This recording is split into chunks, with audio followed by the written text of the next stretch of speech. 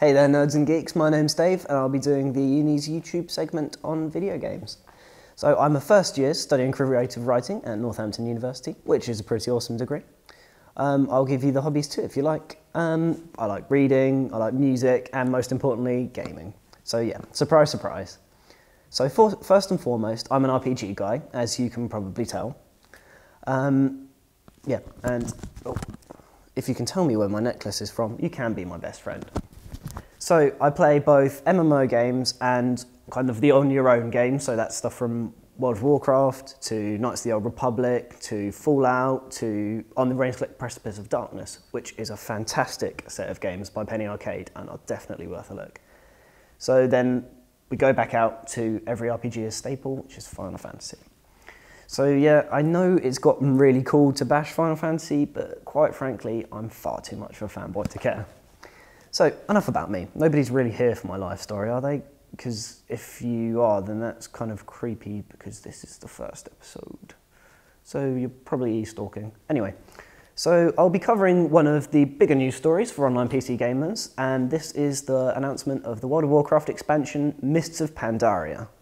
So this was unveiled at BlizzCon, and for those of you who don't know how, BlizzCon is an all things Blizzard convention to showcase, unveil, and generally geek out over Blizzard's franchises, which are of course Warcraft, Starcraft, and Diablo.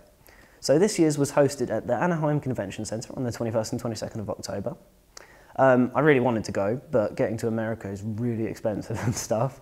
So instead, teamed up with a friend to watch the live stream, which is a really awesome service, from the comfort of our homes, and we just kind of basically had takeaway, watched this stream. Yeah, it was pretty awesome. I'd recommend this service for any of you who kind of want to go and check out the stuff and get all excited about it, but it costs a bit too much for you to get there. So anyway, that isn't the news. I'm going to get onto it eventually. The main news is, yeah, as I said, the Mists of Pandaria expansion. This is the 4th World of Warcraft expansion. So, but most of us who kind of followed it already had these little hints going around the internet for a little while. But you might be thinking, Pandaria has panda in it. Pandas in World of Warcraft. And this is when a lot of people absolutely rage about it. But, you know, just be calm, be calm. It's all going to be cool. It's going to be all right. Yeah, just chill. So yes, the new race is the Pandaren, which are a fun-loving race of anthropomorphic panda people. But still, they're going to be awesome. It's not going to be Kung Fu Panda. So it's set on the continent of Pandaria, and the history of its peoples is based on the kind of ancient Asian theme with pagodas and archways and like cherry blossom trees and all that awesome kind of stuff.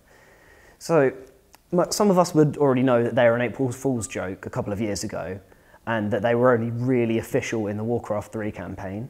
But seriously, if you object to their implementation that much, then just don't play one. So yeah, along with the Pandaren race, who are either allowed to join the Horde or Alliance, which is pretty cool, we also get the Monk class, yay! So yes, I'll be re-rolling one of those, and they play kind of like the typical RPG style monk, so hitting things with fist weapons, staves, little bits of maces, axes, no nunchucks. And they're playable for all of the races except Worgen and Goblins. So that's kind of sad because a Goblin monk would have actually been pretty awesome, but kind of ridiculous. So the monk's able to be one of 3 specs. You've got the Windwalker, which is your melee DPS spec, the Mistweaver, which is your healing spec, and the Brewmaster tank. So they use a combo point system of light and dark chi, which they use to activate their monk powers and abilities. So for more info on these guys, I'd suggest, as I do with anything WoW related, to hit up mmo-champion.com. And no, I'm not being sponsored, it's just the site I normally use for my info. Alright, so that brings me along quite nicely to the next feature, which is a complete revamp of the talent trees. So Blizzard had previously stated that their design philosophy for the Cataclysm talent trees was to give people more choice and to shy away from the cookie cutter aspect that a lot of people have been complaining about, and that they say WoW's been plagued with forever. So they weren't happy with how it turned out, and we kind of just got a few less talent points. So what they're doing is creating this new system where you only have 6 talent points. And these go through the entire class, and you will still have your kind of spec as well, which you get to choose at level 10, and you get all the spec abilities. But with this new talent system, you'd get, for example, a movement utility talent here at level 45 or something, and you get to choose between a blink type ability on a long cooldown, a shorter cooldown sprint, or a flat movement speed boost. So none of which are intended to be theory crafted for numbers and are more kind of flavour or personal based preference talents.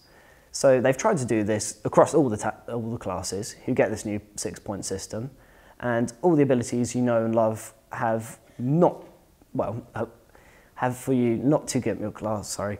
Alright. So all the abilities and talents that you knew and loved to have or not have for your class will be baseline. So you will get all these old abilities as part of the package of choosing at level 10 and based on your class. So yeah, okay, that was a bit wordy, but I hope you get what I mean. Well, you can always Google the new Mists talent calculators and play around to get a feel for them. So other stuff coming in Mists. There's challenge mode dungeons. So these are for people who are looking to challenge themselves in a purely skill-based environment. So you run a challenge mode dungeon in normalized gear. So your stats change to put you around the same item level as everyone else. And you compete to kind of complete the dungeon in a set amount of time, and you earn medals and get rep and aesthetic type items to kind of show that you're pretty hardcore. So another thing being introduced is Pokemon Craft, or the pet battle system, as they're called. A little handpicked group of non-combat pets, which you can go out in the world and train and fight other non-combat pets. So I figure they'll probably rename them from being non-combat pets, what with all the combat that they'll be in. Well, not known about this at the moment, except that my mini Tyrell will absolutely face roll any other pet in existence. But you've got to catch them all though, right? So there are a bunch of other bits and bobs too, including descriptions of the new content, the new dungeons, and a few of the indigenous enemies who live in Pandaria, strewn about the internet. But my advice, again, is to go and hit up mmo-champion.com. So that's an awesome website. Anyway, I think that's it for me today. Hopefully see you all again soon for another exciting episode of Dragon Ball Z or something. All right, Dave signing off.